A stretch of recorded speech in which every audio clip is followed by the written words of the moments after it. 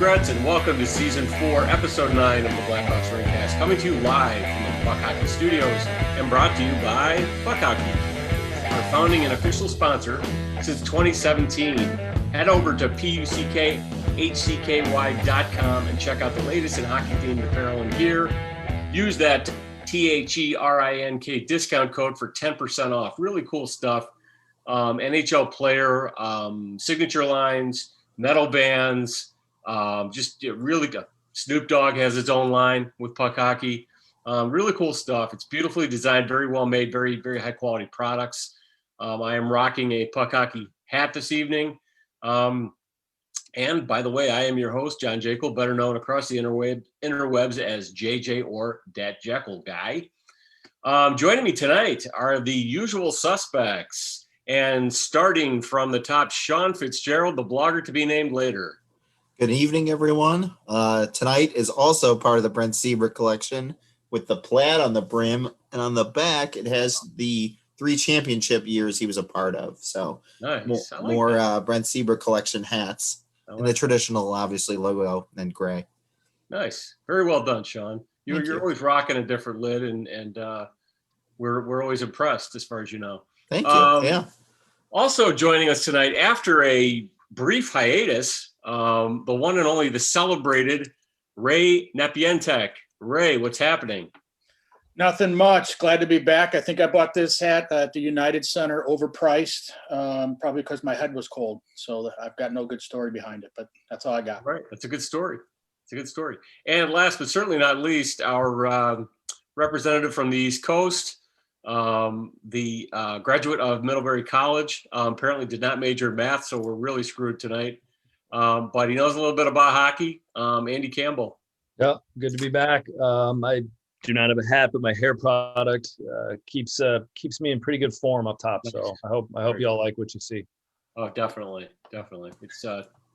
It's top notch. Good stuff. Elite. So guys, tonight we're gonna broaden out a little bit. We're going to talk briefly about the Hawks tonight, but then we're going to spend the bulk of the show delving into a couple of bigger NHL topics. The second of which is going to come back around to the beloved Blackhawks. First, we're going to talk about the forced retirement of Tim Peel from NHL officiating and what that means. I think we're going to have a very robust conversation on that topic. I know I have some opinions on that, and I'm sure you guys do too. Second, we're going to go head on against a topic that year after year I see on the Twitters, various other places, and Hawk fans always seem to be divided about this. You kind of have an older generation of fans that have a certain opinion about it, of which I belong to. And then you have a younger generation of fans that have a different opinion about it. And I think that there's a lot of misunderstanding around this that's out there, and I think we're going to try to clarify that tonight and clear a lot of it up, set it to rest, and that's the role of physicality in the NHL. The Hawks have been sort of a Jekyll and Hyde, pardon the pun, the last few games with regard to physicality, and they've had different results depending upon how physically they've played or how physically they've been played, and we're gonna touch on that and really try to clarify some of the stuff that's out there around that. There's some misinformation, I think anyway, about it that will hopefully clear up. And then we have at the end, I think we have at least one question, and we'll wrap it up at that point. So let's start talking about the Hawks. They're sort of it seems they're sort of like I said, Jekyll and Hyde. They got really pushed around down in Tampa Bay, kind of beaten up and humiliated. And then they came back home against Florida, and they kind of pushed the Panthers around a little bit, and they won a couple of games. And, now, again, last night versus Nashville, a team they really should beat on home ice, they kind of came up short. So we'll send it around and talk about, opinions on the Hawks, and don't get too deep into the whole physicality, non-physicality thing, because we're gonna really dive into that later. So why don't we start it off with Ray, since you've been gone for a while. What do you think about the state of the Hawks here? They're kind of just that middle ground. You could see where they're outclassed against Tampa. I was shocked to see them, take 2 from Florida. I think Lankinen, really won that game for him. I mean, 41 save, appearance and then Nashville, they kind of just lull you to sleep. And I think if, the Hawks, of yesteryear, they were able to beat a team like that, where you're able to kind of put you to sleep, but then you just stay with what you're trying to do. And, I don't think this team has that type of depth where if it's not a Kane or DeBrincat against Nashville, where they're just kind of, tying up the center ice and playing tough in the corners in front of the net, it's tough for them. And Tampa, I mean, they're just outclassed there. There's no surprise. So for me, last night, you're going to have games like this. It'll be interesting to see their bounce back tonight, which will tell you a lot about this hockey team if they come out and, win a game after putting up a stinker like yesterday. But, for me, beating Florida was nice to see. I mean, it's something that, they're a 500 hockey team, any way you put it. I always put out there on Twitter what the real record is, what that loser point. But, for me, that's the type of team you're going to see here. You're going to see them play 500 hockey. Good stuff. So just going across the top of my monitor right now, Sean, what do you think? Yeah, I mean, they definitely were outclassed by Tampa. I was shocked how well they played against Florida. But let's not discount that Nashville's won 4 in a row, including last night. So Nashville's building some momentum. They've been playing well as of late. So I wouldn't discredit that. Nashville everybody gets hot at some point during the season, and you should run off a few wins. Just might be Nashville's time. And the Hawks currently are only 2 points ahead of Nashville, I believe, in the hunt for the last playoff spot. So they're, like Ray said, they're a middling team, middle of the road, but I think I think Nashville's going to supplant them, and I think Nashville's going to keep winning. So I think we're finally seeing the Blackhawks team we envisioned when the year began.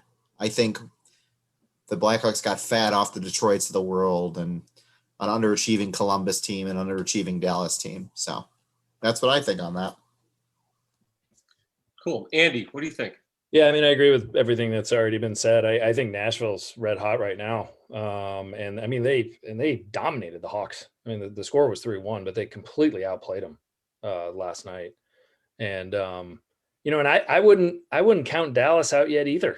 I mean, I think the vibe that we were talking about, a couple weeks ago was, well, maybe the Hawks will get that last spot because who's going to catch them? Nashville or Dallas could very easily do it. And I think Dallas certainly has the talent. They've been playing a lot of really good hockey lately too. So, yeah, I don't know. They are kind of, and again, I mean, they go as Kane and DeBrincat go, really. And that's kind of the secondary scoring hasn't really been huge for them. Pius Suter's had a nice little go, but I mean, he's centering those two right now. And so, I mean, I don't think his life is too difficult. Right.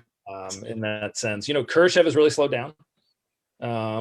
He looks tired, and I don't know if it was, playing in the beginning of year in Switzerland or where he was and playing another level. I mean, he showed up with a jump in his step. He looked like he'd been playing a lot longer than the guys that had just got on the ice, and now it looks like it's caught up to him a little bit. So yeah, I just think that they're in a decent spot considering where the organization is. They might be competing for a playoff spot. I think with 2 weeks to go in the season, when they hit that spot, they'll all of a sudden be on the outside looking in, and there won't be any getting back. If I had to, I don't know, prognosticate for that, but yeah, I think they're going to get caught, unfortunately. And, with that, I do hope they do a few minor shakeups before the deadline. It would be nice to see. Yeah. I hear everything you guys are saying. I agree across the board. It's interesting about Nashville because I remember earlier in the year, nobody seemed to be really taking them seriously as a team that could be in contention for a playoff spot. But, they've been a pretty competitive team for the last 5 years, and including a trip to the Stanley Cup Finals. And a lot of those players that were on that team are still there. Yossi and Johansson and they've got a really deep blue line, and Rene has the bloom has kind of come off that rose, but he's still this 6'5", technically very sound goalie. So yeah, I agree. Nashville seems like a team that could bump the Hawks out. Dallas, again, and without Tyler Seguin, I don't think he's back yet. And But Dallas, they've got all those veterans, and they've got size, and they've got games in hand too. So and then I thought Columbus for a while looked like they were going to be the team that was going to surge, and then they dropped 2 to Detroit. So I don't know about Columbus. They seem like very schizophrenic this year, and so we'll see. But I think. I think there's teams are kind of have a book on playing the Hawks now, which is, jam up the neutral zone, and when they get in the offensive zone, just try to plaster their skill forwards to the boards, and just body them and muscle them, and I think it's working to a degree, we'll see if they have any answers for it. Which takes me to the next sort of mini topic. We'll go through this really fast. First impressions on Kirby Dach. Last night, his first game back, 20 minutes, time on ice. He was -1, 45% in the faceoff dot. What did you guys think, Andy? Yeah, he had a little jump in his step. It was good to see him in the lineup. He had that nice move in the beginning of the game where, he dangled the defenseman. I forgot who the D-man was, and got to the net, and that would have been really fun to see him put it away. I think when he went into the boards, I remember there was one time in the second period watching him go into the boards with a little hesitancy. And he almost, instead of reaching for the puck, he pulled his arms back a little bit and almost cushioned the blow into the glass instead of going to try to win the puck right away. And, maybe I'm reading into this way too much, but that could just be a little gun shy coming off of a wrist injury. But either way, having him back in the lineup, having his presence there is good. I hope he has a big night tonight. He's still a very good skater.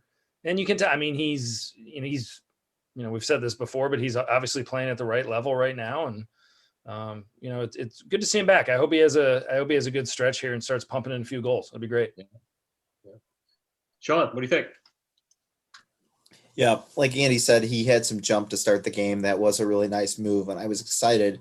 I just question the timing of it. I believe Kirby Dach said it in the intermission that his wrist still hurts and he's not 100%.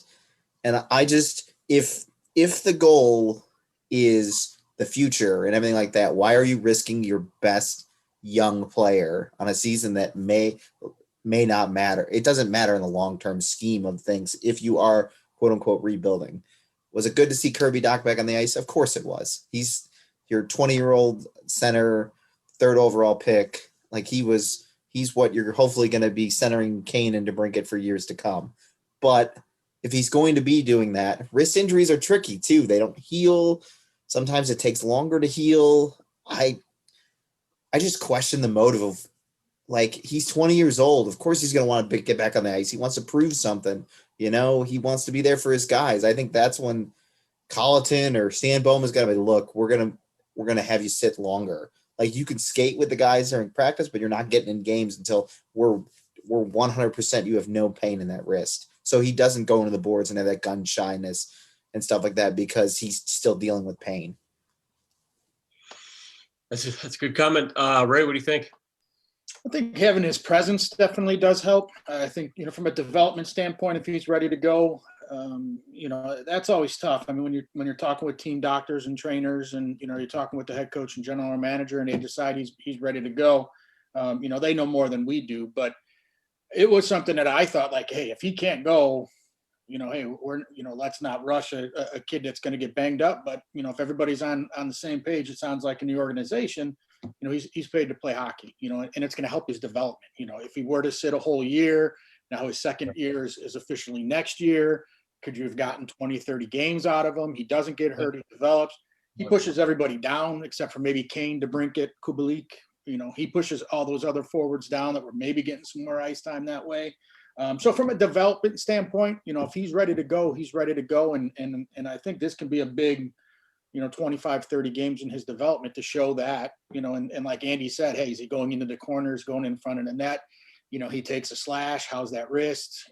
After a couple of weeks of taking faceoffs, how's that wrist? From a mental standpoint, if he could get over that, that's going to be a big thing for next year then. So it's tough to say because you're just not in those conversations. You don't know everything that's going on. You know what he says in the media, as a young kid, but this could be a big thing for his development moving forward. Yeah. I say this as somebody who is probably on the extreme of being skeptical about the Hawks marketing driving their on ice decisions.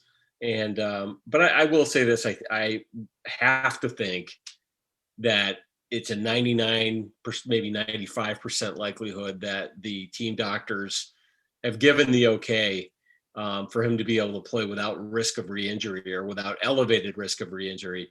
All that said, there's a lot of things in a hockey game that can stress a wrist or injure a wrist. Going into the boards, face-offs, slashes, etc. And the thing of it is, and I agree with you, Ray, you don't want them to lose a whole year. So maybe it's a calculated, I wouldn't say risk, but it's maybe a calculated decision for them to bring him back now. But I will say if something bad happens and he does re-injure the wrist, somebody's career is going to take a hit over it, and not just Kirby Dach. Because somebody's going to be held accountable for that decision, that go ahead to put him back on the ice this soon. So we'll see, but chances are that won't happen, and he'll be fine, and he'll be better for it. So anyway, but I think there's a risk involved in it. I do. I just don't know how big the risk is because I'm not his doctor. But just based upon what's been said, that it still hurts. The fact that he's playing ostensibly center in the NHL, where the risks probably of centers are more important and probably more at risk than probably any other position in some ways, and so we'll see. I don't know. So we're going to pivot now. We're going to move on to NHL officiating and this interesting saga of Tim Peel, who has always been a little bit of a controversial ref. My opinion, he's always been one of those refs who kind of makes himself very important in the flow of a game or a playoff series. And I'm not going to go too deep into that because that's going to be my broader comment on it. But so Peel was asked to resign, or asked to leave NHL officiating because he was heard on a hot mic talking about giving a team a make good penalty. It's just really interesting that happened and he was fired for it. In light of the fact that everybody knows this has gone on in the league, no secret for a long, long time. So let's talk about it. Let's go back through. Sean, what do you think about this Tim Peel dismissal, and what does it mean with regard to NHL officiating, past, present, and future? So I think it happens in not just the NHL. I think it happens in every sport. It's just I guess it's unfortunate for Tim Peel that he was the one who got caught talking about it. There's makeup calls all the time. I think what's going to happen for NHL officials is they're going to be under higher scrutiny now, especially because of what Peel essentially said. Like, there's unwritten rules in sports that they're unwritten because you don't want to talk about them. You don't want them in the public eye. And now everyone's going to be, and if cognizant of every call, that there might be new challenge rule. Like, this could spur all kinds of change. And piggybacking, I guess connecting it maybe to another official from another sport, Tom Donahue of the NBA has been doing the interview circuit 2019 when he did the betting scandal and how he was rigging games in that regard. So that might not be too far out of people's minds. Officials making calls, officials changing the outcomes of games because of vendettas, makeup calls. It opens a whole can of worms, and I don't think it's good for the NHL. It's not good for professional sports in general, but it's definitely not good for the NHL right now. Andy, what do you think? Yeah, I mean, I agree, Sean. I completely agree. I think Pandora's box has somewhat been opened now, and it's interesting. What does the NHL, do from here as far as? I mean, I guess there, the comments we hear were, keeping the integrity of the game, and I think that's such a linear thought when they're talking about the integrity of the game, and they're only talking about a referee making a comment on a hot mic with a makeup call, where today Tom Wilson scores 2 goals. He's back. Brandon Carlo is still not back from injury yet. We're talking about integrity of the game. I mean, we have incidents with Andrew Shaw. 5 years ago with homophobic slurs. You know, it happened with Wayne Simmons when he said something to Sean Avery about 10 years ago. And, you know, those are things that are, well, you say an apology, you make a small donation, and onward you go. And for the NHL to kind of step up here and almost act shocked that this would happen is it seems like that's preying on some very infantile or just like the, you know, just hockey fans that I don't know. I just think it's trying to show the hockey world that we're really on top of this. And I almost feel like they're picking the wrong battle in a sense. And I just don't, you know, and it's also something very easy to do knowing that Tim Peel is retiring at the end of the year. I mean, that's just an easy out. Just say, okay, we can get rid of the problem right here. And he's leaving anyway. No big deal, you know? And I don't know. I think there was someone on Twitter referenced the firing of Tim Peel was the NHL's makeup call. And I think that was one of the more accurate things we've read, because I think that if they're saying the integrity of the game, they need to go a lot bigger than that then. And it needs to be around player behavior, you know, both verbal, like we said, with any homophobic or racist slurs, and as well as on ice behavior, like we've been talking about with Tom Wilson. If you're going to talk integrity, you need to throw the book at everybody for everything. This can't just be a Tim Peel officiating thing. Yeah. So. Yeah. What do you think, Ray? From an on ice product, I can't stand that officials in any sport, but we're talking hockey, have to come up with makeup calls, or at the end of the day, the one team got 6 power plays, the other team only got 1. How did we end up doing that? Well, maybe the other team had 5 more penalties, you know, stuff along those lines. I can't stand that. It happens in every sport. And at the end of the day, you know, hey, they had 18 fouls and the 4. Now look at it, it's 18-14, you know, 19-4. You know, I can't stand that, you know, from an on ice thing. And same thing when you go into the playoffs and the whistles swallowed, and, you know, we don't want to be the referee, doesn't want to be the deciding factor. Well, he's not the deciding factor if somebody cross-checks somebody or runs them into the boards, and it should be a 2-minute, you know, penalty, but it's game 4 of the playoffs, you know, stuff along those lines. If you create a penalty from an offensive standpoint, or however you do it, it should be a penalty. I hate that they feel like they always need to even up the score, and at the end of the day, we got to be as close as possible. Or if one team is out far ahead in power plays, you got to even that up. I can't stand that in any sport. Ray, you took a lot of the words out of my mouth. I mean, I've always felt that way, and I do. While I do agree that make good officiating is a phenomenon in all the major sports, I believe it is and has been worse in the NHL perhaps than any other major sport, except perhaps the NBA. And, you know, I've always felt like what it does is it makes officials like Tim Peel and before him, Bill McCreary, the most important part of the game. And it shouldn't be them. And the thing about it is I feel like, you know, there is the referees can have discretion, but the discretion shouldn't be make good calls when one team is flagrantly clutching and grabbing the whole night, and they get called for it, which they should, and then they've got to, you know, even it out by calling phantom stuff or ticky-tack stuff on the other team. I mean, Mike Babcock's teams for years have been coached that when the puck goes back the other way, you grab on to your cover's jersey, or you give him a little hook or something to slow him down, so he doesn't go back the other way faster than you. They've been coached that. So how do you officiate in a make good scenario when one team is playing the game that way?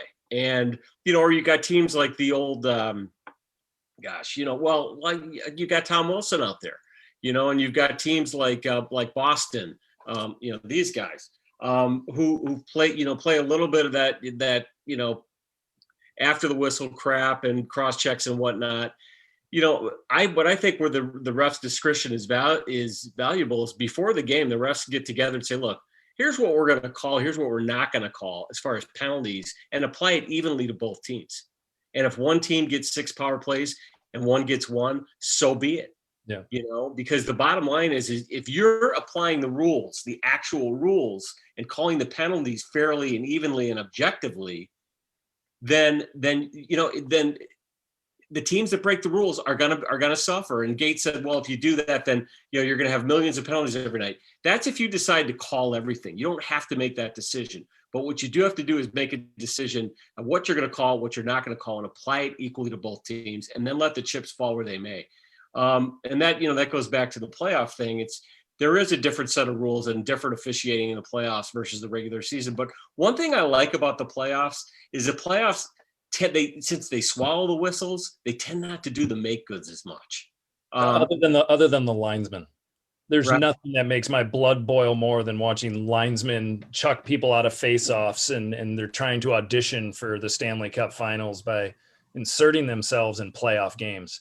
It's just ridiculous. At the faceoffs, they take 5 minutes to drop the puck because the linesmen need to feel important. There's a reason why we know referees' names, and it's not a good reason. Right. They insert themselves into the sport. Right. In the NFL, like the only referee that anybody ever really talked about was that Ed Hockley. Ed Hockley, because of the pythons. The gun show. Yeah. You guys remember going to the old stadium? If there was a game where Don Koharski was announced as the head referee, there was booze everywhere. It was awesome. Yeah. I remember hugging at my dad's sleep. It's Koharski. It's Koharski. He was the guy that Jim Schoenfeld called. Said, have another donut, you fat pig. Yeah. Well, who was the referee that Tom Lysiak tripped in the 80s and he got like a 20-game suspension? I think that was either Koharski or McCreary. Yeah, it was one of those two. But I remember, I've been looking on that for YouTube for years, can't find it. But you can find a good article about Koharski Tom Lysiak getting fed up with a referee and just taking his legs out, which I'm sure you have felt that before. Good topic. Good discussion. Don't do that, kids. Don't do that. Right. Good topic. For all you young hockey fans. all you hockey fans got that call right, though. Yeah, that's for sure. So I've never been. Tim Peel and Bill McCreary are probably over the last 15 years my least favorite referees for this reason. And you hate to see it happen right before he's going to retire, even though I'm not a Tim Peel fan. Maybe hopefully the league is now moving toward getting their act together on this and reaching.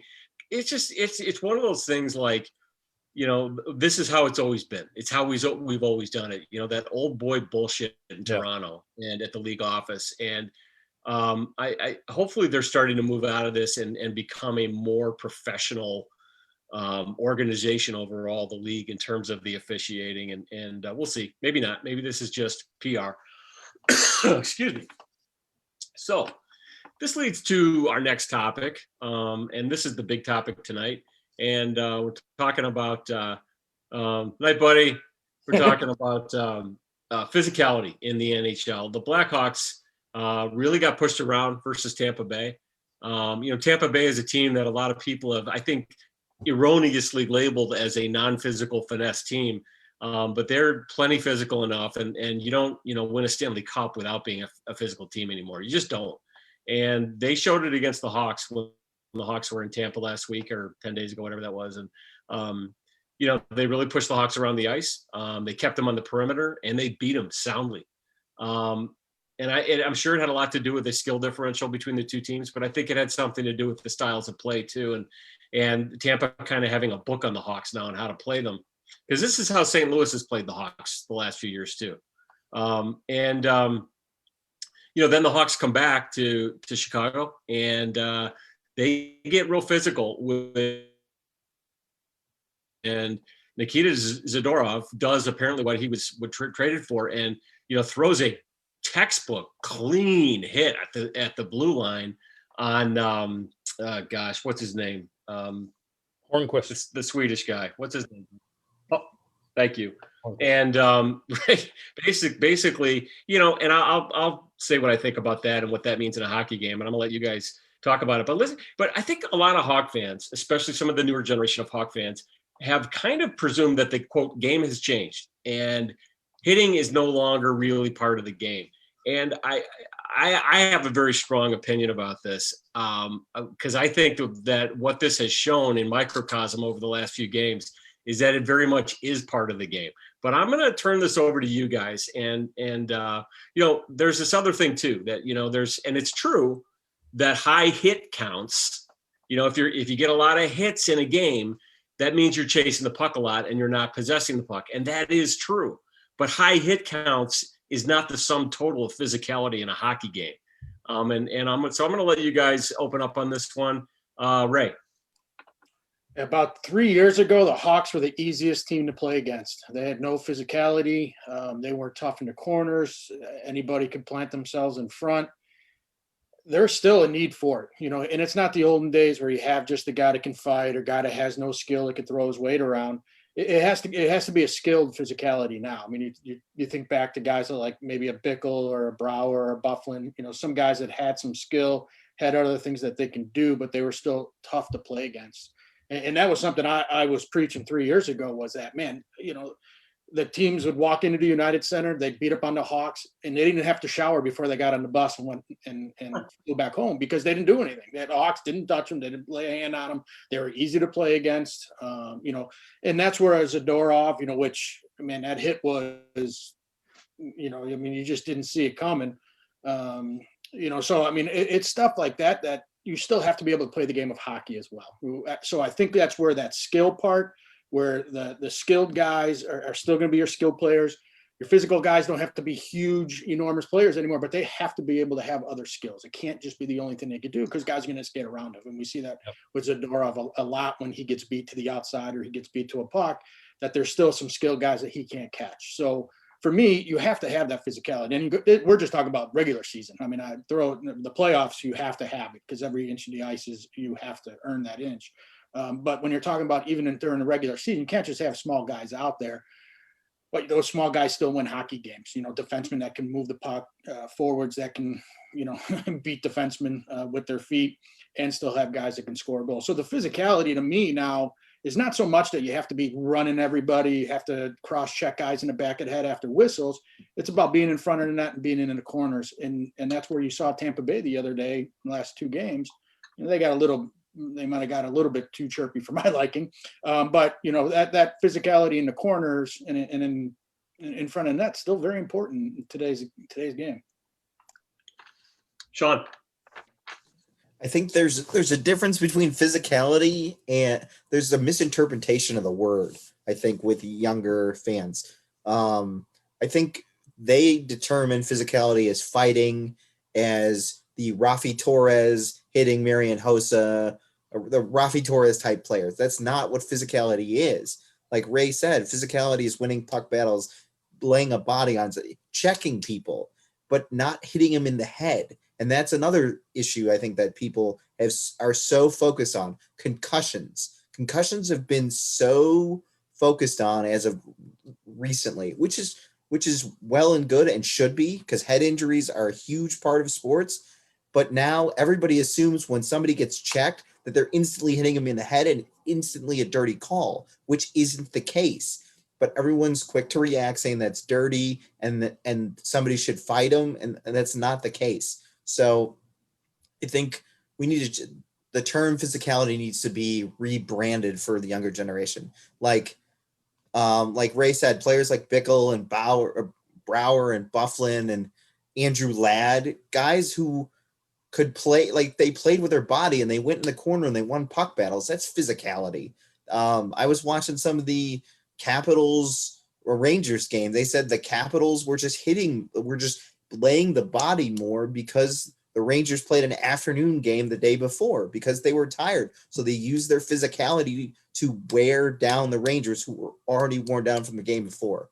So that's what physicality is. It's not, was the Ryan Carpenter fight fun to watch when he laid, I can't remember the guy's name, he laid him out, but that's not what we're talking in terms of physicality. That's not, fighting isn't physicality. I mean, it is, but it's not the general term. So I think JJ froze, Andy. Oh, okay. Yeah. I mean, the bottom line is you need to be tough to play against, and I mean, and if you're playing against the Blackhawks and you look out on the ice and, Ian Mitchell or Boquist, if you're a forward, Ian Mitchell or Boquist are the defensemen out there, you're not exactly fearing for your life when you bring the puck into the Blackhawks zone. When Zadorov's out there right now, you got one eye on the play that you want to make and you got the other eye on him. You want to know where he is at all times because he might, lay the boom on you. And I think that the whole physicality piece, yeah, I mean, I agree with you, Sean. The definition perhaps should change or just should be called tough hockey. It got really old watching Barrett Jackman chase Taves around and cross-check him 5 times in the back after every whistle. While I certainly don't condone that, I mean, having guys that are tough to play against is critical, and any cup team has them. I mean, you mentioned some of them, Sean. I mean, Bickell, 2013, the idea as the series went on against Boston was dump the puck into the corner where Chara is and make sure Bickell's the first guy there every time. Same thing with Pronger and Bufflin in 2010. And in that line of, Kruger and Desjardins and Shaw in 2015, those guys were a pain. They were just brutal to play against. So it can't just be this collection of finesse guys. And so Zadorov, what he brings a really good element. Obviously I hated the trade when it first happened. I'm still not thrilled about it, but he's certainly a part of the team right now that is much needed, that they definitely had to have around. So, I'm regurgitating a lot of what you guys already said, but just being difficult to play against. Don't be easy to play against. Play tough, play hard, play physical, and let the chips fall where they may. This is a really good conversation, and I think we're bringing up some interesting players from the Hawks present and from their past. And I think there has been a definition of physical hockey that it's guys like Raffi Torres, or going back into the Wayback Machine, Brian Marchment, or even Zadorov, who obviously has some mobility issues. But a guy like that, Dustin Byfuglien had some lateral mobility issues, and fast forwards could give him problems, when he's going backward. But there's a guy who really impacted hockey games, not just with his physicality, but with his skill. And I think there's a tendency among some Hawk fans to kind of say, well, yeah, we can have a lot of small finesse guys as long as we have a couple of big bruisers around.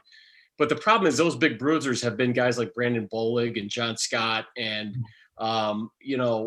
Zach Smith, et cetera, guys who really are guys who are real liability skating a regular shift. And I think fans either forget or just weren't aware, for example, of guys like Brian Campbell.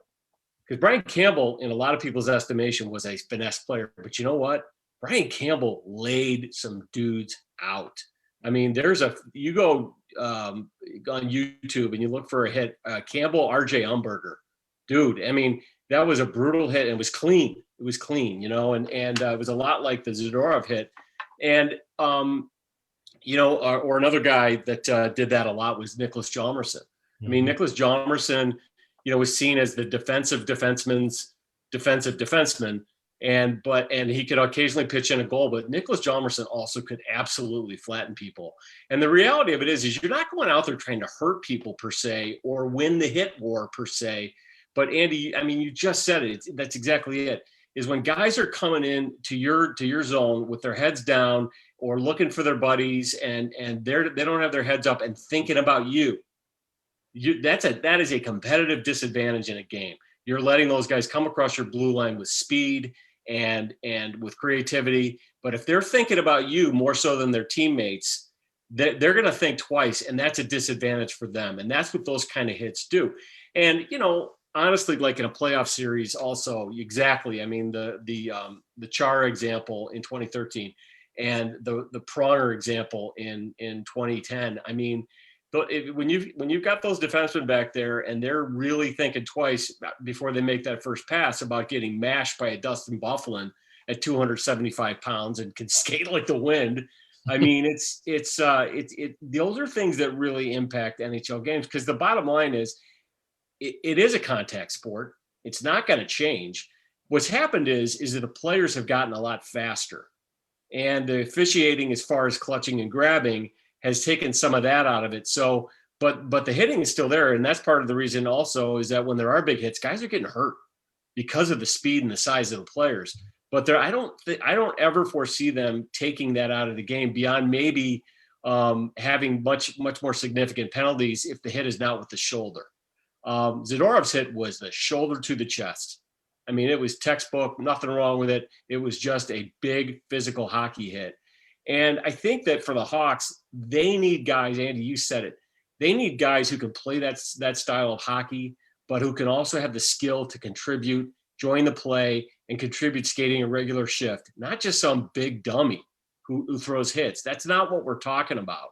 Unfortunately, that type of player, and they're out there, there's still a lot of them, but they've become a little few and far between in the league, and I think it's because there are a lot more small players in the league now than used to be. But the Hawks, they've got more than their share of small players, and I think they do need some guys, not just who are big guys to throw the body and that's it, but they need some guys with some skill who can. And the other thing is the other aspect of physicality we're talking about is the Marian Hossa, Brandon Saad, Jonathan Taves. You know, you're not getting this puck away from me because I'm going to keep my body between you and the puck, and you can do whatever you want. You can hang on me. You can beat on me. I'm taking the puck to the net. You're not stopping me. They need some of that too. And that's physicality in the NHL too. And you really need, especially in the playoffs. So I'm going to keep this one going. What do you guys have any other thoughts on this? Yeah, like when you just said Marian Hossa, I instantly think of when he was skating and had his one hand off his stick, literally holding the guy back as he would go to the net. And then Andy, like Andrew Desjardins, guys like that, like grinders, like they had a grind line at one. Dave Bolin, it was Dave Bolin, Christopher Stieg, and I think Shaw at one point. It was a grind line. Those guys they weren't huge guys, but they played physical. Yeah. Well, yeah, and it's positional too. I mean, right. Like when Frolik was on the ice, it was very difficult for opposing teams to get into the Blackhawks zone. Yep. Because of how he played in the neutral zone and the angles that he took. I mean, it is all of that. You know, I mean, like Chara had a good start to the 2013 Stanley Cup Finals and then ended up -9 once they started making sure that Bixby was on the same side of the ice as he was. They just kept dumping it into that corner and said, make him handle the puck with this train coming at him. Yeah, I mean, Bickle and that I honestly thought in those playoffs, because Bickle scored a lot of big goals in those playoffs too. Yeah, I think he had the most goals. Didn't he have 10 or 11? I think. Yeah, that I honestly thought he could contend for the Conn Smythe. I thought he should. Yeah, he was always in the right place at the right when they needed a big goal. Brian Bickle usually scored it in that playoff series. You know, it's interesting too because in 2009 in the Western Conference Finals, you guys will remember Nicholas Kronwall threw a really dirty hit on Marty Havlat and knocked him out of the playoffs, and you know may have actually really negatively impacted the rest of Havlat's career. That was a nasty hit. I mean, the dude was out cold right there on the ice. I mean, it was ugly. And you know, Kronwall was famous for, you know, raising the elbow, skates leaving the ice. And, you know, Detroit fans used to proudly call it getting Kronwalled. The guy was a complete coward. He would throw those kinds of hits to hurt guys, and then he would never answer when somebody came after him. And interestingly enough, in that 2013 semifinal against them, the conference semifinal, I believe, against Detroit, Bickle lined Kronwall up against the backboard and just destroyed him. Just absolutely destroyed him. And you know, again, I mean, that sounds kind of meatballish, but you know what? Kronwall was not a factor ever in that series after that. And I just remember guys like Corey Perry getting just destroyed by Dustin Byfuglien and never being a factor against the Hawks for a whole season. Those things matter. You know, they really do, because it is a physical game and those hits hurt. Yeah. So go ahead. When Byfuglien knocked Pronger off his feet. Yeah. And I think it was it game 3? It might have been game 5. It was game 5. I was there. Yeah, I was there too, actually. Yeah. And the place just went in, and it was a clean hit. It was physical. And it was just too. It was it fired everybody up. But that's what you need. Like we have smallish forwards, and we've had them ever since that ill-fated Nashville series, when the last time they got swept by Nashville. Nashville just did that to the Hawks, and then the overreaction was to get rid of everybody. Was that the series when they got swept and Stan Bowman stood up and said that it was unacceptable, and then that became the norm for the Yes. next 4 years? Yes. I'm Yes. sorry, I Yes. just wanted to. And then we moved Artemi 17. Panarin for Brandon Saad and Right. Oh, okay. shipped out Nicholas Wanted to Chalmerson make for sure I Colin was- Murphy. Yeah. 2017. Yeah. So Yep. it's it's really again. I think the reason that that fans, especially today, don't understand this as well is because the game has gotten so fast. The officiating of the clutching and grabbing has changed. And I think the league also has tried to clamp down on the the head injuries, and rightly so. But this aspect of the game is still there. And again, I'm not here to bash Stan Bowman tonight, but for some reason, Bowman has, for the last several years, he's gone for those smaller skilled players and avoided what we like to call the all-terrain forwards, who play that style of game but still have skill. And I think when he started drafting Kirby Dach and Alex Vlasic last year, I think he kind of said it, that he recognized that they needed more of those bigger, more physical players, and that they hadn't really taken them the last few years, which is good. That's what you want your GM to do. All GMs make mistakes, but the good ones correct them, so it'll be interesting He's also to see been going around forever, forward. so I mean, he's Yeah, had well, time to pardon me? correct him. He's also been a good GMs Sure. generally correct him, or they're out of a job unless you're Stan Bowman. Right. Well, I'm sure after watching Right. Riley what's his name? Ryan O'Reilly. Ryan O'Reilly win the Conn Smythe in 2019, it was time to go, okay, maybe we Yeah, need some. all This those- is kind of the All those big St. Louis defensemen and their strong four centermen. Yeah. Yeah. Yeah, right. No, that's it. O'Reilly's a really good example because he's kind of the antithesis of, the classic Hawk forward of the last 5 years. He's big, he's slow, he's all effort and grind, and not flashy, but man, is he effective. I think they wish Andy's guy Dylan Strome would turn into Ryan O'Reilly, but Couldn't be a show without Dylan Strome. Strome. Oh boy. Yeah, I I'm think not going to go there. I'm not going to go there tonight. Congratulations. to Congratulations Dylan on having a child. on his family edition. I will take it easy on him. The Yeah, new baby congratulations. girl. Very exciting for the Strome household. It's awesome. It's good stuff. It's good stuff. That's classy move, Andy. We appreciate that. So we had a question tonight, and I'm gonna go jump to that. Do you guys want to put a bookmark on this one, or you guys want to talk about it anymore? The question or Physicality. what we were just talking about? Physicality. Physicality. I'm good. I can. Yeah, I'm good. Yeah. You're all Good. It was physical now. Good discussion. Yeah. We won't fight each other. It's good. No, I think it's good, and we may revisit at some point, and we may get some questions next week. Of those that listen tonight, or comments, or protestations, we'll see. But so we had a question, and I'm going to pull that up. If you'll give me a moment. Okay, just one question, and this is from Craig Carlson, Skybone 404, one of our regular listeners and questioners. And this was our math question, and we first, all of us tried to run from it because we're all bad at math, but then Sean kind of saved us. So if it doesn't go well, we'll blame Sean. Okay. Here's the question: with all the talk about the Hawks having quote having millions in free cap space available, unquote, what could they realistically do with it, considering it's all LTIR money and they have to be compliant the first day of each season, so they can't really take multi-year contracts of dead money, or can they? Question mark. So, Sean, you brought up the fact, or somebody brought up the fact that they do have all this LTIR money that they can fulfill this year, which means they can take on a lot of money in expiring contracts for the rest of the year. Right. Yep. Yeah, they can take on.